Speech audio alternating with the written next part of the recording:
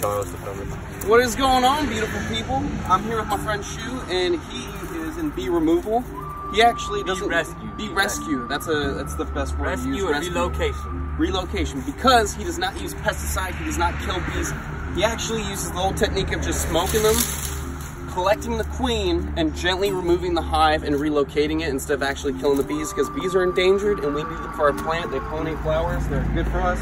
So he actually has 2 or 3 hives that he moved, and what he has to do now is go inside this box and move some rubber bands around. He has rubber bands holding the hives in place so the bees can home in on it and they can hold on to it and transport. He believes the rubber bands have been chewed apart and he needs to replace those rubber bands. So I'm gonna start getting a little bit quieter, not release too much carbon off my breath, which might actually set him off, and he's gonna start smoking them. And we're actually gonna be assisting him with these bees. You ready? All right, so number one thing is you don't want to stand in their bee line. Okay, that's the bee line I'm gonna get out of. So if you ever look at a hive, a lot of people get stung because they're going to look at the colony that they have in their wall or something, and they stand right in front of it. Bees get stuck in their hair, stuck in their shirt, and then they start freaking out. And then they get stuck and sting. Yeah. You know, so number one thing is stay out of their bee line. A little bit of smoke goes a long way. So what you usually want to do is just put a little bit of smoke around the hive. And what I do with the rubber bands, which the reason why I use rubber bands is because it's fast. Hold on. This box is sliding all over the place in the truck. So they're a little agitated. No. This was the day before yesterday. Oh, okay. So they've had time to settle down. Yeah, they've had time to settle. We're not staying in the bee line. Now,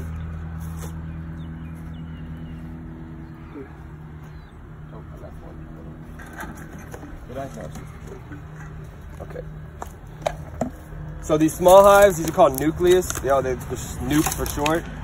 It means like a starter hive. Yeah, when you get them started. So there's empty frames in here, and there's full frames. We're gonna take this off to get down to the bottom one first.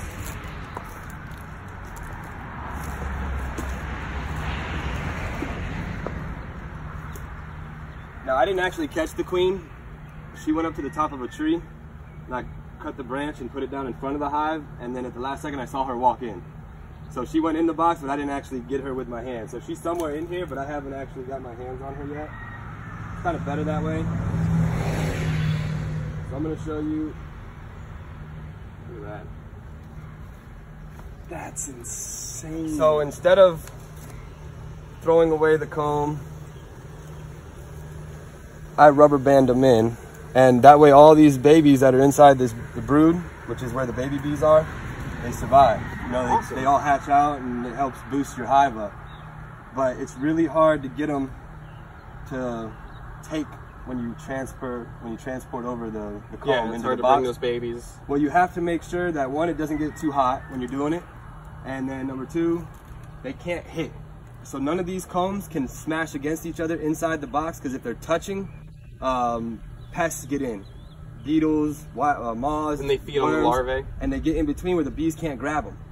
So if there's not enough space for the bee to get in there, if there's a piece sticking like this, it'll start to rot inside the hive. So you got to make sure. So what they've done is all this, see where they attached it?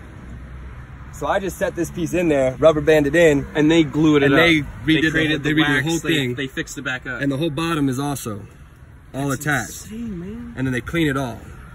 But what happens is they chew these rubber bands, not all the time, but sometimes, and then they pop inside the hive. There's so much pressure. And then it makes them fires angry. them up. Yeah, it gives them fired up. So, Can I see that? oh yeah. Look at that. It'd be easier if you held it and I took the rubber bands off. It'd be easier. Don't sting me, please. Oh, the puns are coming. Look at that. And let me just say, Shu is not just a bee man. He's an alligator handler, animal wrangler, snake handler. He's a rapper. Look him up. Johnny Cobbler.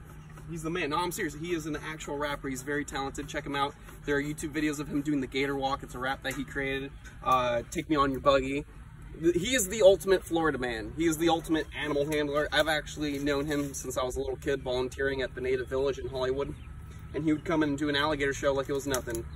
So it's really cool to come out here and learn about bees, because it's a new thing. I've never been a beekeeper, and he's been slowly teaching me how to keep bees and work with them safely. Obviously out there, do not mess with bees or get near bees if you are allergic to them. Because if you go into anaphylactic shock, you will swell up and you will, you know. All right, so you're gonna hold it right here in the middle. Okay. One on one side, you're right in the middle there. All right, guys. And then what I gotta do. So Shu has to slowly remove those rubber bands without making them snap. Because if he snaps that rubber band, all these bees are gonna be pissed. Almost. So if a bee stings you and you can stop it from pulling itself out, like pulling the stinger out, you can actually push the stinger back up into the bee and let it fly away.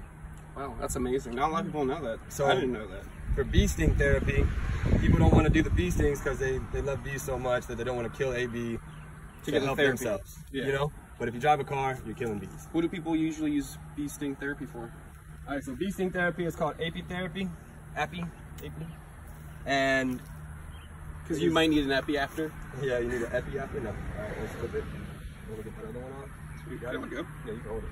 All right. You got it?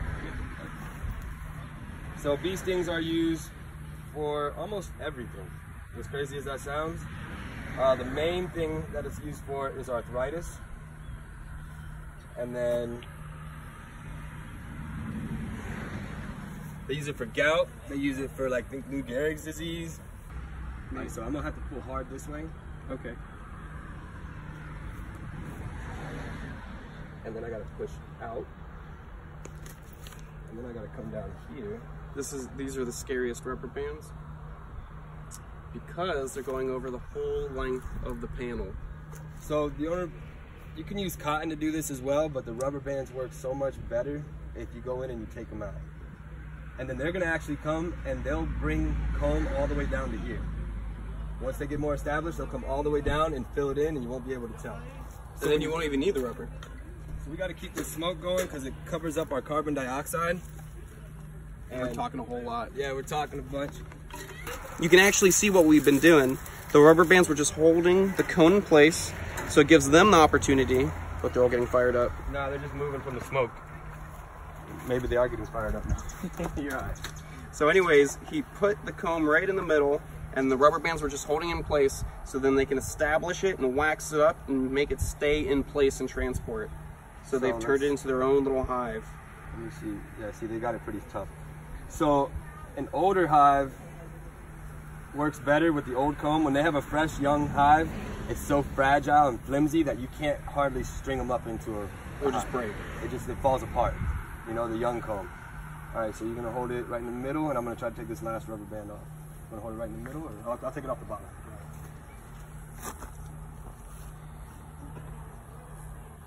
This is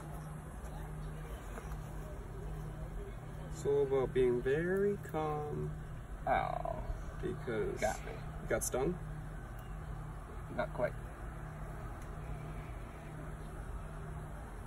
Oops. One down, 5 to go. All right. And I'll show you the different pieces. There's a few different ones in there. Let's see, we got 5 in here. So we got one panel down. All the rubber bands are off, and this hive can be relocated to, oh, there's a bee in my shirt. It's on my chest right now. Is it? Under my shirt. You're all right, you're all right. It's on my torso. This is right side. I'm staying very calm. There's one on my belly right now. Right here. Hold on, The one on the shirt. So all they're doing is trying to get out. He's out. Okay, cool. All right, so when they go in your shirt, or if they go up your shorts or anything, you just got to give them light.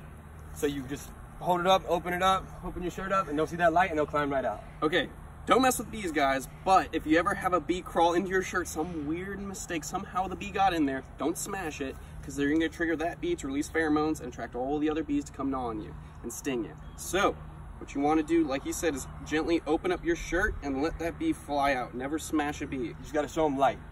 And a lot of times, like, I'll even take a flashlight and just shine it so that they'll see that light and they'll come out. And they'll come out. That's awesome. So show them light and love. So we'll put this one back in. Then we'll put it in this box. Okay.